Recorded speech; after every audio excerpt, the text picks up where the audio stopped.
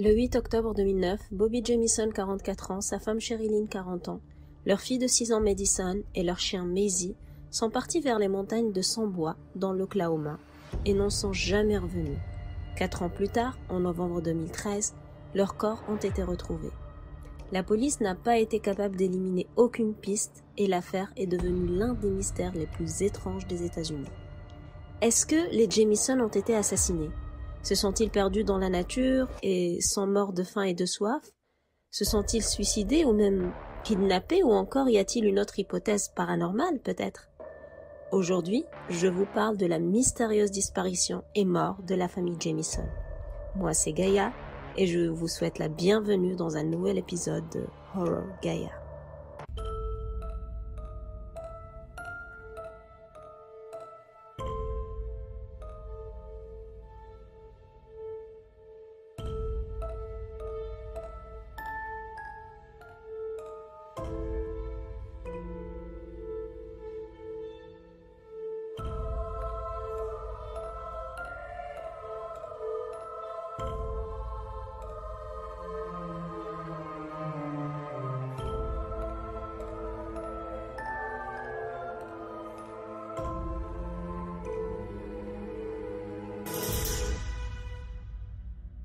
Avant de commencer, je tiens à vous prévenir que j'ai encore mon angine, donc je risque peut-être de tousser, j'espère pas.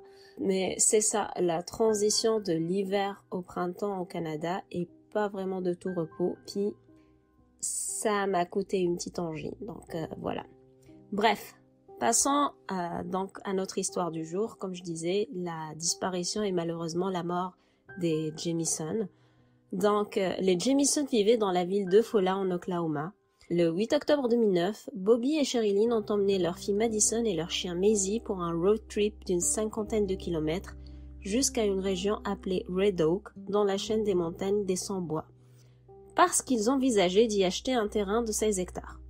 Leur plan était de s'installer dans un conteneur qu'ils avaient acheté et placé temporairement à côté de leur maison à Eufaula. Pour mieux se localiser, les montagnes des Sans-Bois sont une petite chaîne de montagnes dans le sud-est de l'Oklahoma, située dans les comtés de Haskell et Latimer. Elles représentent la ceinture frontale de la chaîne de montagnes de Ouachita, dont elles font partie. Bref, Bobby et Sherilyn ont rendu visite à un associé du propriétaire foncier, et une fois la réunion terminée, munie d'un GPS, la petite famille a trouvé un petit coin tranquille sur une colline où elle s'est garée pour faire une courte promenade d'une quinzaine de minutes. Ensuite, ils sont retournés à leur véhicule, ont roulé un peu plus loin pour juste disparaître.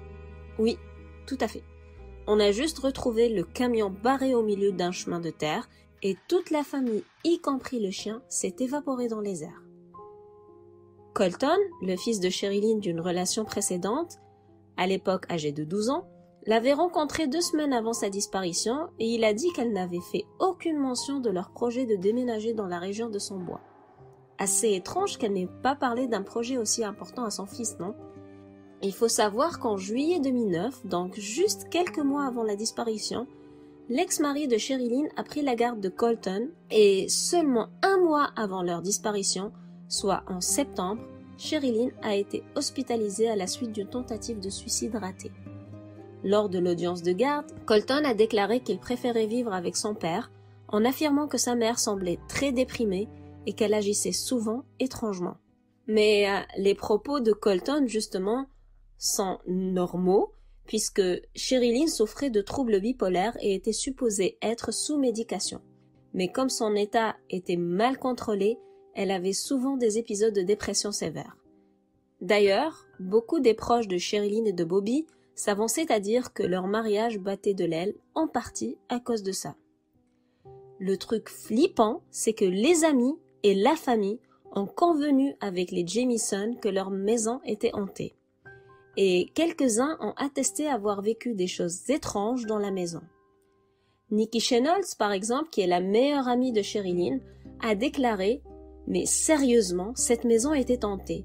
Je ne veux pas paraître folle, mais chaque fois que j'y allais, je sentais une présence horrible. Je repartais tellement déprimée et opprimée. » Elle a aussi déclaré à la police qu'avec Sherilyn, il leur arrivait de faire des séances de Ouija et que Sherilyn semblait prendre ces séances beaucoup trop au sérieux. D'ailleurs, quelque temps avant leur disparition, Madison, leur fille de 6 ans, avait commencé à parler avec une amie imaginaire qui s'appelait Emily. Sherilyn était convaincue qu'Emily était en fait une entité malveillante. Du coup, Bobby et Sherilyn avaient sollicité un pasteur local parce qu'ils étaient persuadés que leur maison était envahie par des esprits maléfiques et qu'ils avaient donc besoin d'un exorcisme. À un moment donné, Bobby a même demandé au pasteur s'il y avait un endroit où acheter des balles spéciales pour tirer sur un groupe d'entités qui, selon lui, vivaient sur le toit de la maison familiale. Bobby prévoyait aussi d'essayer d'exorciser la maison à l'aide d'une copie de la Bible satanique qu'il avait achetée. Déjà j'avais laissé passer le truc de balles spéciales pour tirer sur des entités qui vivent sur le toit. Genre, je suis désolée, mais ta maison est hantée, je vois mal des entités malveillantes, genre laisser toute la maison et vivre sur le toit de la maison. Et en plus, la super bonne idée, tu veux te débarrasser d'un truc maléfique avec une Bible satanique. Ok.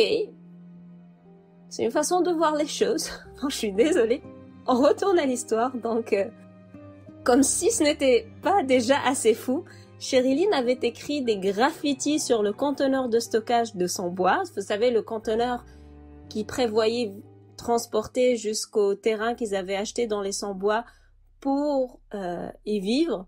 Donc, elle a fait des graffitis dessus.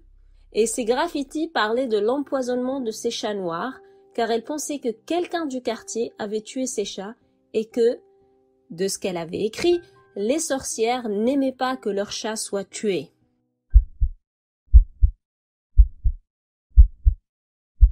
Après leur disparition, au départ, aucun de leurs amis ni de leur famille n'était inquiet, car Bobby et Sherilyn étaient tout simplement connus pour disparaître de temps en temps, quitte à faire manquer quelques jours d'école à Madison. Du coup, c'est compréhensible que personne n'a trouvé leur absence étrange, quoi. Enfin, jusqu'au samedi 17 octobre 2009, lorsque des chasseurs avec des motos hors piste ont remarqué le camion abandonné des Jamison et ont appelé la police pour le signaler.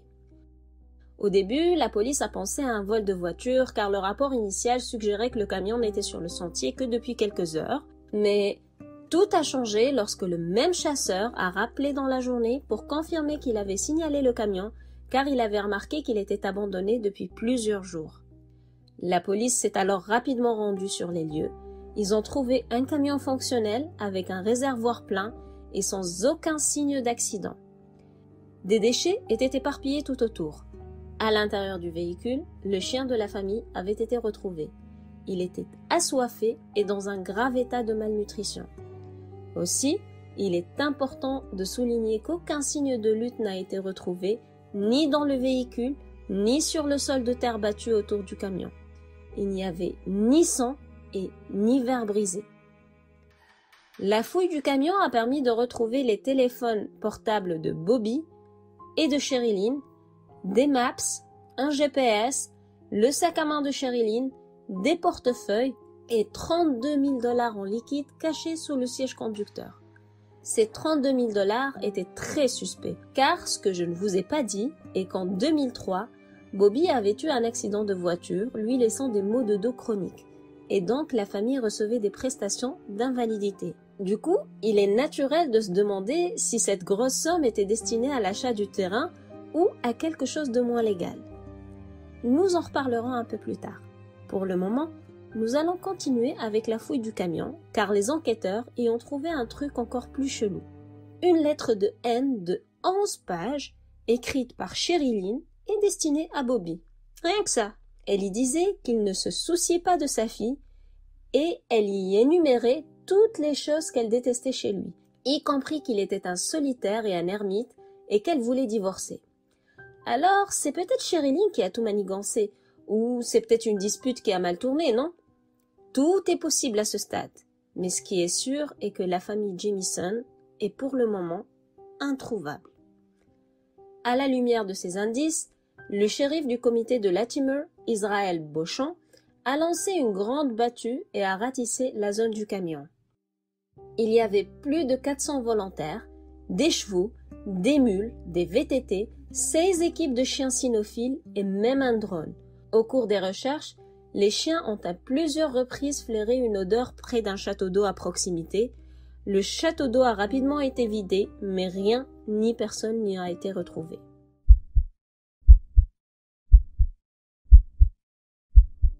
Un peu plus de 4 ans plus tard, le 16 novembre 2013, à Smokestack Hollow de Panola Mountain, des chasseurs de cerfs ont découvert les restes squelettiques de 2 adultes et d'un enfant.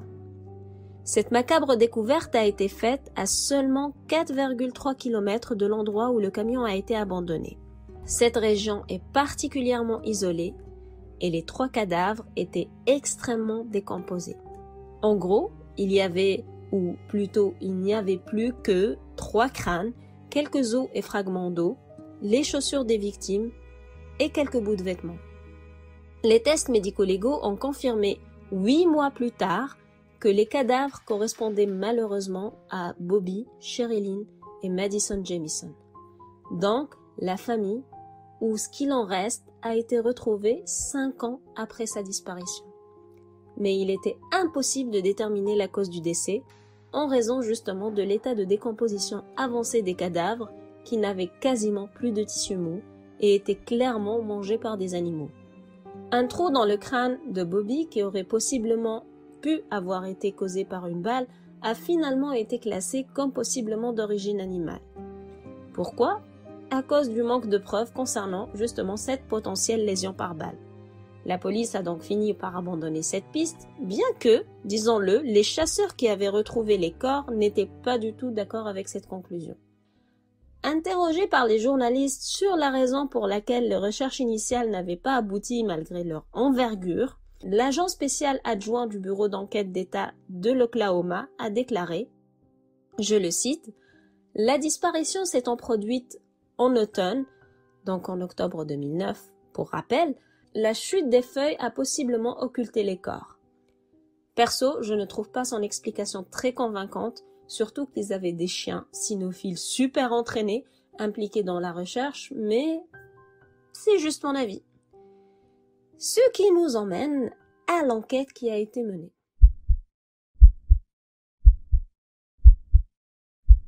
L'enquête sur cette disparition et mort a impliqué la police locale et le FBI. Elle les a tout naturellement ramenés au domicile de Jamison, ce qui est logique.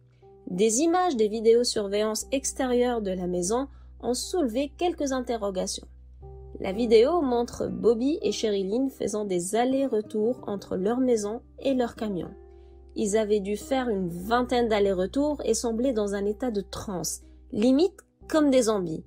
Parfois, ils faisaient ces allers-retours sans rien transporter du tout, et parfois encore, ils se figeaient comme des statues avec un regard vide et fixe.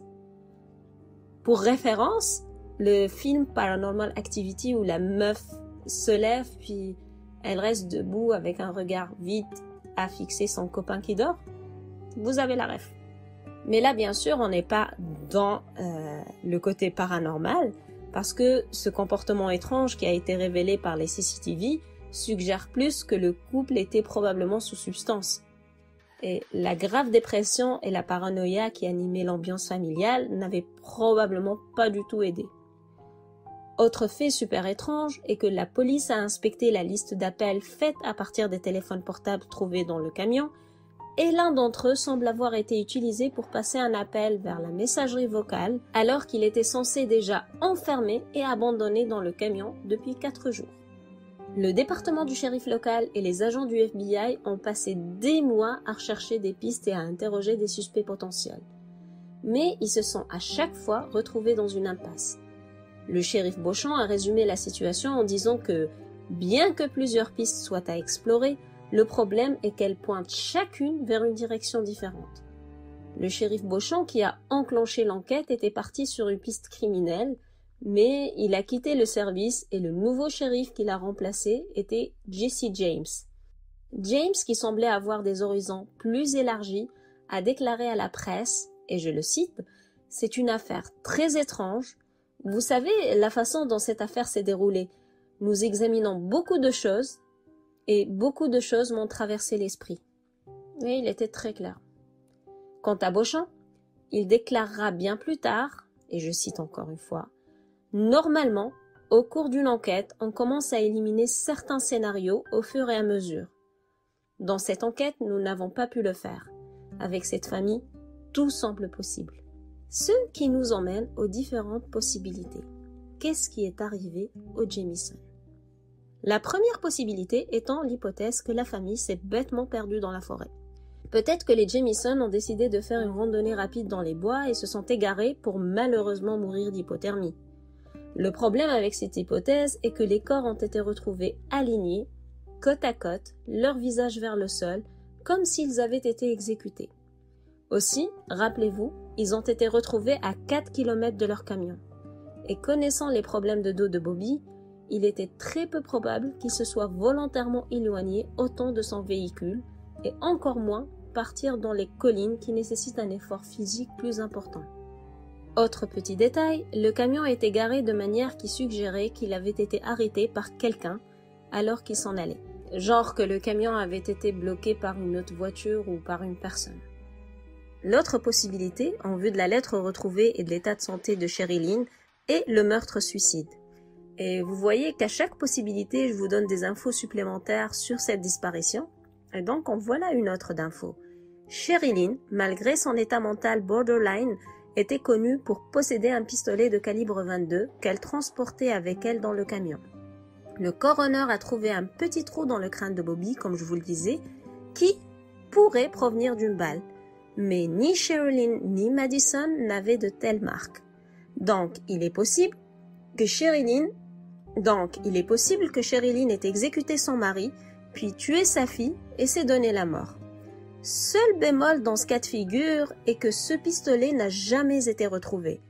Or, pour que cette hypothèse se tienne, l'arme devrait être retrouvée dans le secteur, à moins que Sherilyn elle-même n'ait été supprimée par une autre personne.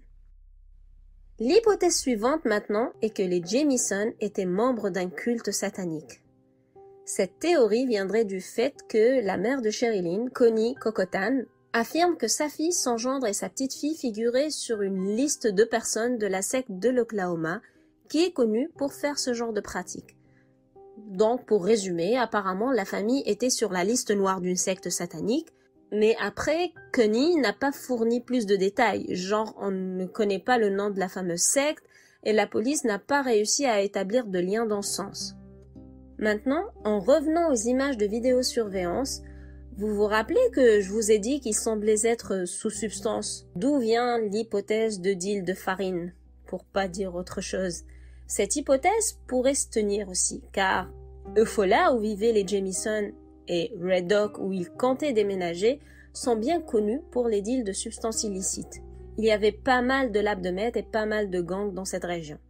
Et cerise sur le clafoutis, Bobby avait récemment dénoncé quelqu'un pour possession de l'un de ses labos. Pour encore pousser plus dans ce délire, on pouvait voir sur la vidéo que Bobby et Sherilyn avaient l'air maigres, décharnés et malades. Un physique qui, associé à leur comportement erratique, est bien expliqué par la toxicomanie. L'addiction expliquerait donc la grosse somme d'argent retrouvée dans le camion. Une théorie, donc, est que les Jamison sont tombés sur des activités de drogue illégales, en ont vu plus qu'il n'en fallait et ont été tués. Mais dans ce cas, pourquoi les dealers n'ont-ils pas fouillé le camion et pris les objets de valeur? Ce qui élimine, entre guillemets, cette théorie de toxico est que la perquisition de la maison Jamison n'a révélé aucune preuve montrant qu'ils consommaient une drogue quelconque. Donc, passons à l'hypothèse suivante qui voudrait que le père de Bobby ait tué la famille. Oui, c'est une possibilité quand on sait que les Jamison ont déposé une ordonnance de protection contre Bob Dean Jamison, le père de Bobby. Bob Dean était en désaccord avec son fils et ça ne datait pas d'hier. Bob le père avait l'habitude de faire travailler Bobby à une station-service qu'il possédait et qu'il avait fini par vendre. Sauf que Bobby a accusé son père d'avoir renié un accord selon lequel il lui donnerait la moitié du prix de vente de la station. Suite à cette accusation, Bob le père aurait menacé les Jamison de les tuer. Dans l'ordonnance restrictive déposée en avril 2009, donc 6 mois avant leur disparition, Bobby a allégué que son père l'avait intentionnellement frappé avec sa voiture le 1er novembre 2008 et qu'il était, selon ses mots, un homme très dangereux qui pense être au-dessus de la loi et qu'il est impliqué dans des deals de prostitution, de mafia mexicaine et de meth. En décembre 2009, soit 2 mois après la disparition de son fils et de sa famille, Bob Dean Jamison est décédé à l'âge de 64 ans. Son frère, Jack Jamison, a affirmé que Bob Dean était soit à l'hôpital, soit dans une maison de repos au moment de la disparition, et qu'il était peut-être un individu perturbé, mais certainement incapable de tuer. La question qui se pose ici est: est-il possible qu'il ait engagé quelqu'un d'autre pour les supprimer à sa place? En tout cas, ce qui est ressorti de cette piste est que l'alibi de Bob Dean est solide. Il nous reste 3 autres hypothèses à explorer.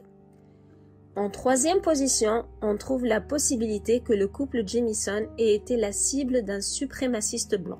Oui.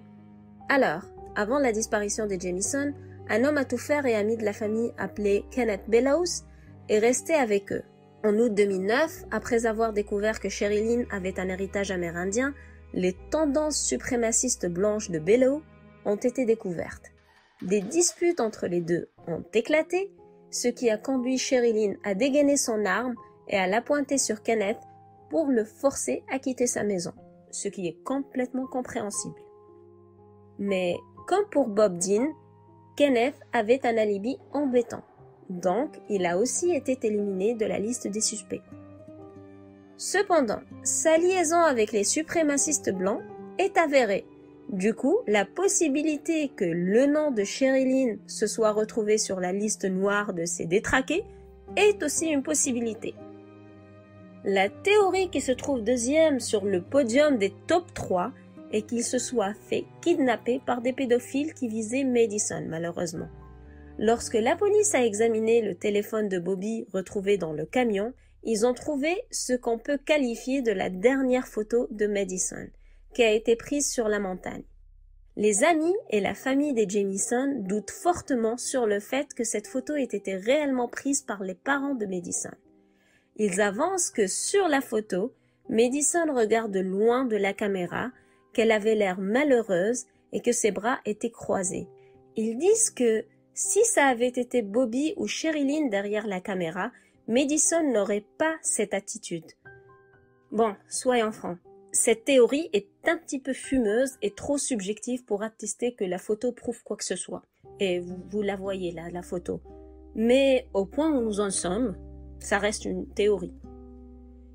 Ce qui nous emmène au winner des hypothèses. Le number 1 est la possibilité paranormale et l'implication de la sorcellerie et de la possession.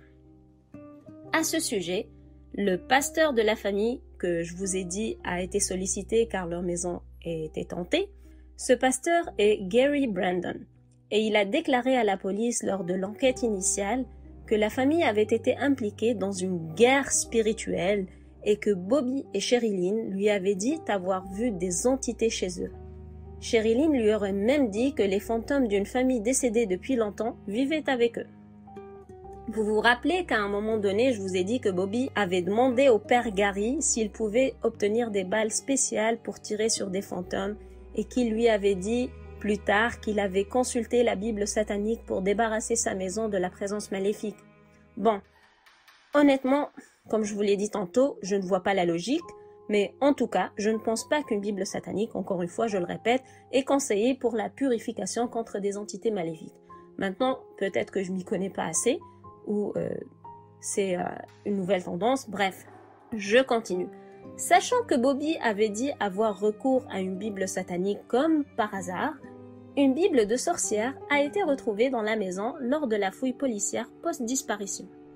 Aussi, le conteneur qui se trouvait à l'extérieur de la maison et qui allait servir de futur logement à la famille dans leur terrain, dans les sous-bois, avait d'étranges graffitis sur ses murs. Il y avait décrit 3 chats tués à ce jour, achetés des gens dans cette région, ou encore les sorcières n'aiment pas qu'il y ait des chats noirs tués. C'est des graffitis, puis je vous en ai parlé un petit peu plus tôt de ça. Après, l'histoire étant que leurs voisins auraient apparemment empoisonné leurs chats alors Sherilyn aurait écrit sur leur conteneur pour les effrayer. D'un autre côté, une épave abandonnée d'un véhicule a été retrouvée près de l'endroit où le camion de Jamison a été retrouvé. Ce véhicule servait de cible de tir pour les habitants des environs, mais le truc glaçant ici est que des messages sataniques avaient été écrits sur cette épave. À ce jour, la disparition et la mort de la famille Jamison restent un mystère complet. Que leur est-il vraiment arrivé? Comment et pourquoi sont-ils morts? Est-ce un meurtre, un suicide, un sacrifice ou le résultat d'une possession? Personne ne le sait et ne le saura probablement jamais. Alors, selon vous, quelle est l'hypothèse qui se tient le plus? Je vous attends dans les commentaires. J'espère que cette histoire vous a autant intrigué que moi en la découvrant. Pour ma propre hypothèse, je penche plus vers comme le truc de meurtre sectaire ou un truc du genre et que les corps ont été déplacés par la suite. Mais après, c'est mon hypothèse. Je pense pas qu'il y ait comme un facteur paranormal dedans. Donc je suis plus dans le sens que cette pauvre famille se retrouvait juste au mauvais endroit, au mauvais moment, puis qu'elle s'est faite cibler par une secte quelconque, peut-être fort probablement une secte satanique, vu que c'est quasiment des tarés, donc ouais. Pourquoi je penserais pas que ce soit comme un gang de dealers ou je sais pas quoi? Tout simplement parce que je penserais pas qu'ils auraient pris le temps de prendre les corps, puis les redéposer, puis... Vous savez, c'est trop de travail, donc c'est pour ça que vu la mise en scène et tout ce qui s'est passé, je tendrais plus vers l'hypothèse sectaire. Bref, j'espère que cette histoire vous a plu, bien qu'elle soit triste, disons-le, mais très très intrigante. N'oubliez pas de voter pour votre prochain épisode, puis j'avais posté un short où je vous demandais justement de voter sous le short, donc ce serait sympa d'aller voir puis de voter. C'est des histoires que je voudrais bien au moins traiter l'une d'entre elles, mais je posterai aussi un autre vote pour une autre vidéo. En tout cas, de faire ça, ça me permet d'avoir une longueur d'avance dans la préparation de mes vidéos, si vous voyez où je veux en venir. Mis à part ça, j'espère vous retrouver très très bientôt, après mes examens. Restez safe et prudent, essayez de vous préserver au maximum parce que le temps semble un petit peu schizophrène en ce moment. J'en paie les frais, puis je voudrais pas que vous ayez le même problème que moi en ce moment. C'est vraiment désagréable d'avoir une angine en ce moment. Mis à part ça, je vous dis à très bientôt. Allez, ciao!